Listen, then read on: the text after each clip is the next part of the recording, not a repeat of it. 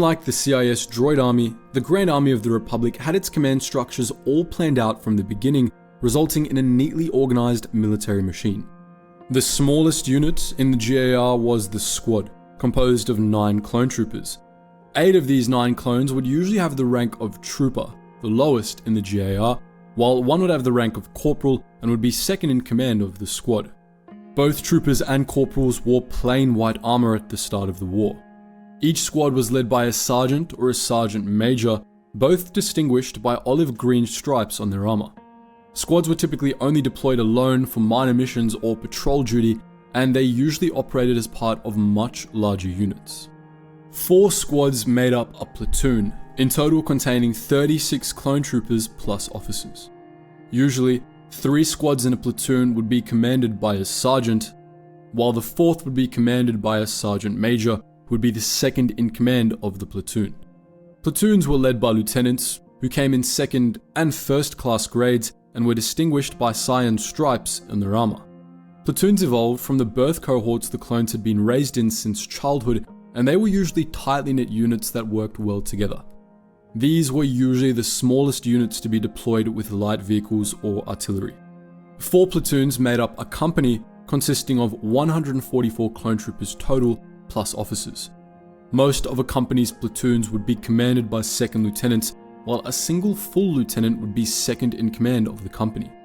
Companies often included support droids and complements of tanks and other armored vehicles, and they were often deployed independently to capture cities or individual enemy positions. Each company was commanded by a captain or a major, both of which wore armor with crimson stripes. 4 companies, 3 led by a captain and 1 led by a major, made up a battalion which contained a total of 576 clone troopers. Battalions were commanded by the lowest rank of clone commander, battalion commanders. They, and all higher ranking commanders, initially wore armor with yellow stripes. Clone majors acted as the second in command of battalions, assisting battalion commanders or commanding their units on their behalf. During the Clone Wars, it was very common to see battalions operating independently, as one battalion was considered sufficient to capture an urban district or a minor colony world. Battalions were often supported by columns of armored vehicles and squadrons of LAAT gunships. Regiments consisted of 4 battalions or 2,304 clone troopers, and they were the smallest units that the Jedi were placed in command of, though Jedi often worked closely with specific component battalions or companies within their larger units. Each regiment was commanded by a clone regimental commander, usually alongside a Jedi commander, which is to say a Jedi Padawan. When a Jedi commander was available, they would take command of the regiment, while the regimental commander acted as a second in command, taking over in the absence of a Jedi officer. Regiments were commonly deployed to capture decently populous colony worlds, and a regiment was the largest unit that could be carried aboard a Venator-class Star Destroyer. 4 regiments made up either a brigade or a legion, which both consisted of 9,216 clone troopers in total. These units were formerly known as brigades, but elite brigades often referred to themselves as legions. There wasn't any real difference between the two, however, apart from perceived prestige. Brigades were commanded by a clone senior commander and a Jedi general, typically a less experienced Jedi Knight.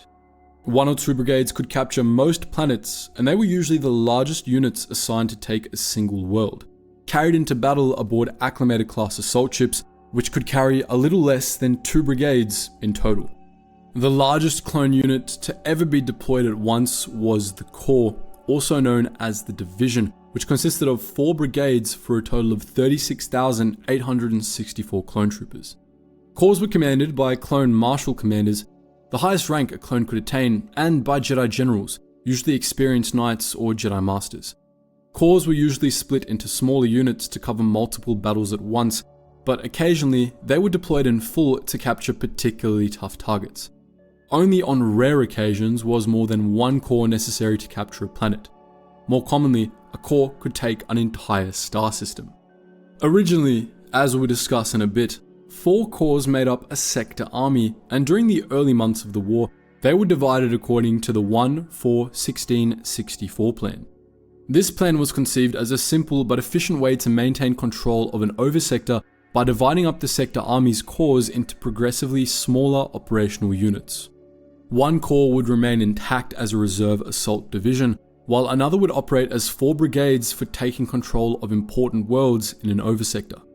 A third would split into 16 regiments for standard planetary engagements, while the fourth would operate as 64 battalions, which would act as rapid response strike units.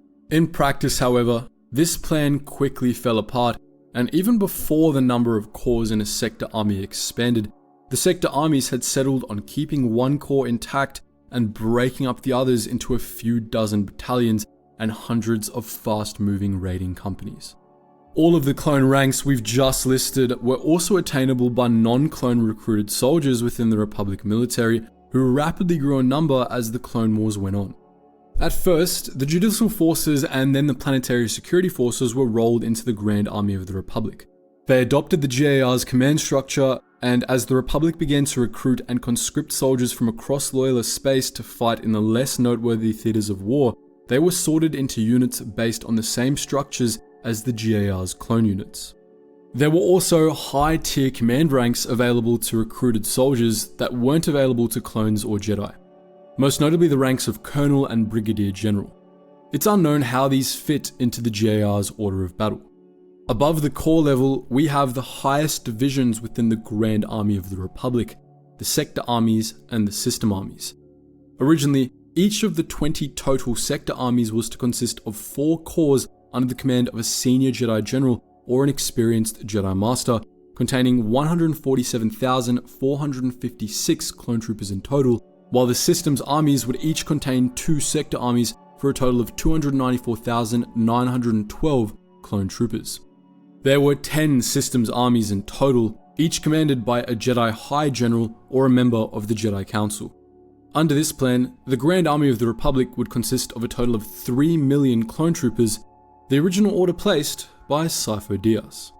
But the Grand Army of the Republic didn't stick with this plan for long, as its numbers quickly swelled far beyond 3 million clones. Sector armies went from containing 4 corps to containing way more than 4 corps, and they were each assigned to an oversector to patrol, a swath of the civilized galaxy that defined their area of operations. The Essential Guide to Warfare gives us not only a map of these oversectors, but also the nicknames and moths of their sector armies, so we're going to share all that extra detail in this section. The sector armies were divided into 3 theatres of operation. The first 6 were reserve armies based in the core, the next 6 were frontline armies based in the Northern Rim, and the last 8 were frontline armies based in the Southern Rim.